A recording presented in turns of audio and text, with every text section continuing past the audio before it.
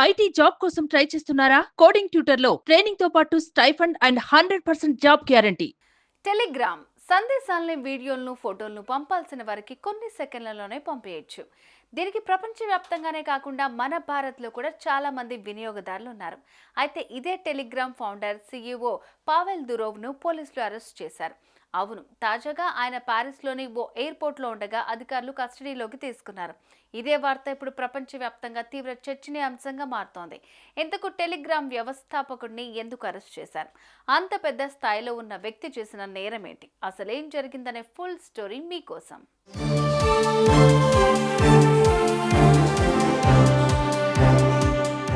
గతంలో అధికారులు Telegram CEO Pavel దురోవ్కు అరెస్టు వారెంట్ జారీ చేశారు.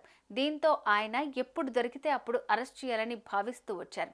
ఇక అనుకున్నట్లుగానే పావెల్ అజర్బైజాన్ నుంచి లేబోర్గ్ విమానాశ్రయానికి చేరుకున్న సమయంలో ఫ్రెంచ్ కస్టమ్స్ అనుబంధంగా ఉన్న ఫ్రాన్స్ మోసం నిరోధక కార్యాలయం అధికారులు ఆయనను కస్టడీలోకి తీసుకున్నారు.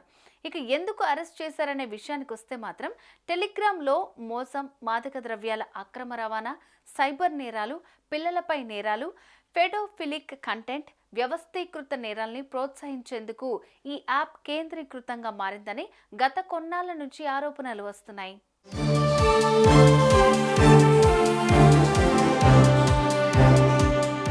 అయితే ఈ ఆరోపణల దృష్ట్యా పావెల్ దురోవ్ వీటిని నిరోధించేందుకు ఎలాంటి ప్రయత్నాలు చేయలేదు.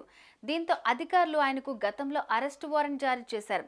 అరెస్టు వారెంట్ జారీ అయినప్పటి నుంచి దురోవ్ ఫ్రాన్స్, యూరోప్లోని దేశాల్లో పర్యటించలేదు. ఎట్టకేలకు ఆయన లేబోర్గట్ విమానాశ్రయంలో ఉండగా అధికారులు తాజాగా అదుపులోకి తీసుకున్నట్లు పేర్ మాస్కో టైమ్స్ పేర్కొంది. ఇకపోతే రష్యాలో జన్మించిన టెలిగ్రామ్ యాప్ వ్యవస్థాపకుడు పావెల్ దురోవ్ దుబాయ్లో ఉంటున్నారు. అయితే ప్రస్తుతం పోలీసుల అదుపులో ఉన్న పావెల్ కఠిన శిక్షలు ఎదుర్కోక తప్పదని పోలీసులు చెప్తున్నారు.